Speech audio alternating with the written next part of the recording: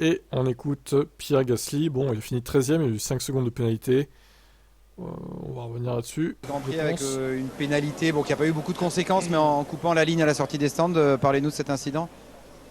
Ouais, je pense que non, je vais avoir une conversation avec eux. On en a parlé au pilote des briefings. Il y a des pointillés qui étaient là-bas au début de hier en FP1 où on pouvait ouvrir. On a discuté que la pit exit était vraiment très très serrée par rapport à la ligne de course. C'était assez dangereux. Et voilà, dès que j'ai vu les pointillés, j'ai essayé d'ouvrir un petit peu en pensant que c'était bon. Mais au final, ils ont rajouté une ligne jaune par-dessus. Et voilà, visuellement je pensais avoir bien fait et au final c'était pas le cas, donc c'est de ma faute, c'est sûr. C'est juste que je vais en parler avec eux parce que c'était vraiment pas clair pour moi.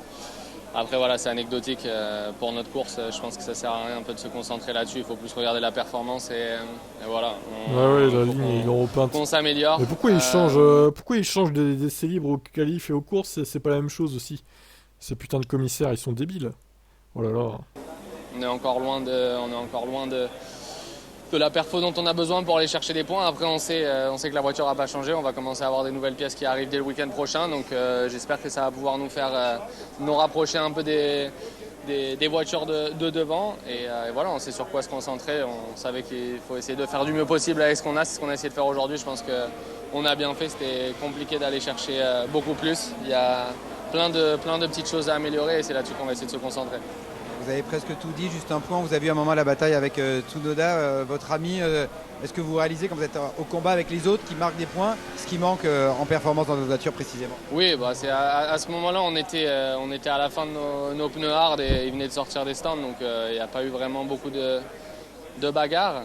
Mais je pense que oui, c'est très clair sur ce qui manque. C'est pas vraiment un élément précis, c'est Oh, ça a surtout c'est touché là. mécaniquement, c'est en termes d'aéro, c'est en termes de traînée, c'est en termes de puissance moteur. Donc voilà, toute l'équipe travaille dessus. Je sais qu'il y a des solutions, il y a voilà, un plan qui a été mis en place pour s'améliorer. Après, il faut être aussi réaliste, hein, c'est de la Formule 1, ça prend du temps et personne aime être patient en Formule 1, mais il faut l'être. Et voilà, j'ai confiance en l'équipe pour trouver des solutions et trouver les améliorations dont on va avoir besoin. Et ça va prendre du temps, il ne faut pas se le cacher, mais voilà, j'ai confiance dans l'équipe pour faire les bons changements.